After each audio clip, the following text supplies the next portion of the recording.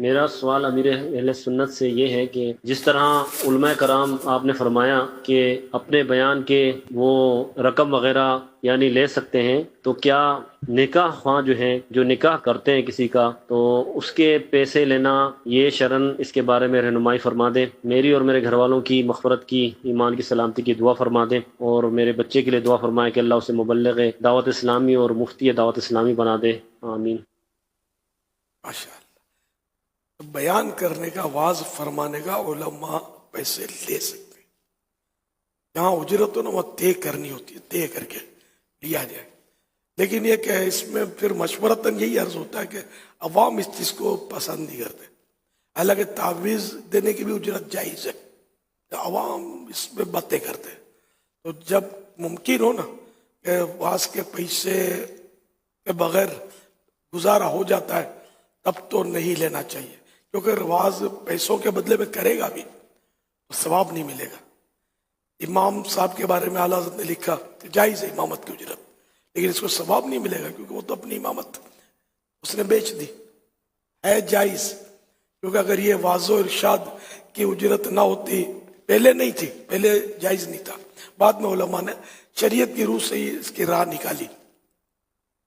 تو مسند ارشاد جو تھی وہ ٹھنڈی ہونے لگی کہ اب لوگوں کو واضح و نصیحت کون کرے۔ پہلے لوگ علماء کی خدمت کرتے تھے، لوگ خدمت سے پیچھے تھے، تو علماء تلاش معاش کی طرف متوجہ ہوئے کہ اب روزی روزگار، بچوں کا پیٹ کیسے پالے، پھر یہ کہ اب لوگوں کو نصیحت کون کرے،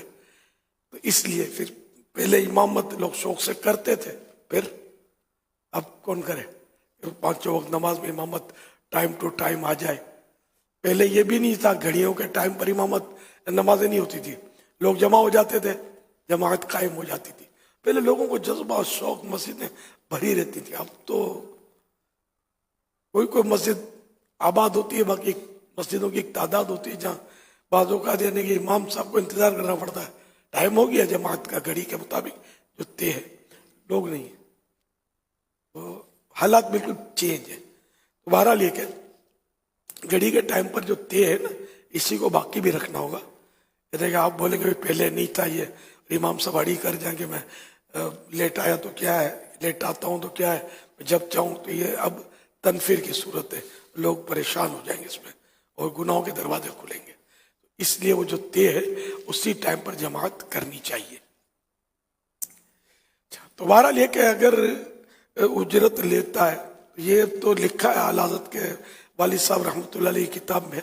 کہ اس کا مطلب یہ نہیں کہ وہ مال جمع کرنے کے لیے لے، تو ضرورت ہے تو حسب ضرورت لے، پھر بھی اگر کوئی زیادہ لیتا ہے تو جائز، لیکن مناسب نہیں ہے۔ اس سے بھی لوگ نفرت کرتے ہیں کہ بھائی فلاں اتنے ہزار لیتا ہے، فلاں اتنے لاکھ لیتا ہے، تو یہ تو وہ ایسی سی باتیں لوگوں سے سنی ہے کہ بس یہ آج سے نہیں، میں مطلب زمانے سے سنتا آ رہا ہوں۔ دعوت اسلامی تو بہت بعد میں بنی ہے، فیلڈ تو یہ ہمارا پرانا ہے نا، تو جو پیسے لے اس کے لیے لوگ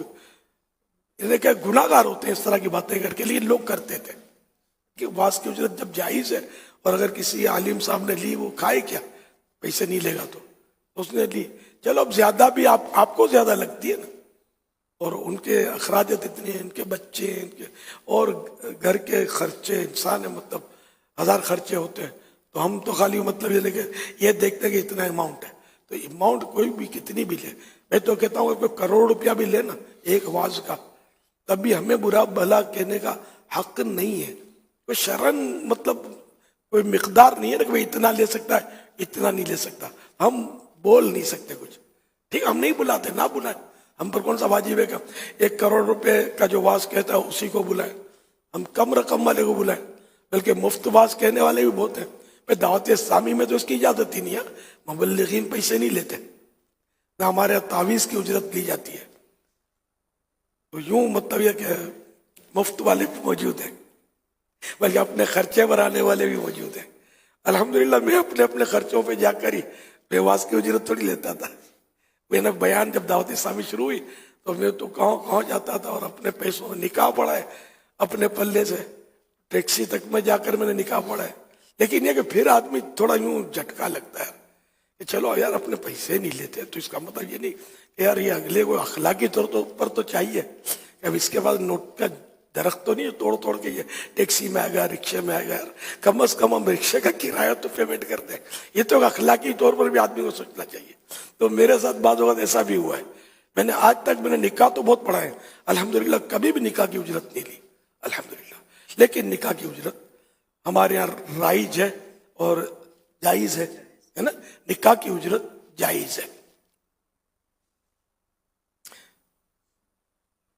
صلو علی الحبیب صلی اللہ علی محمد.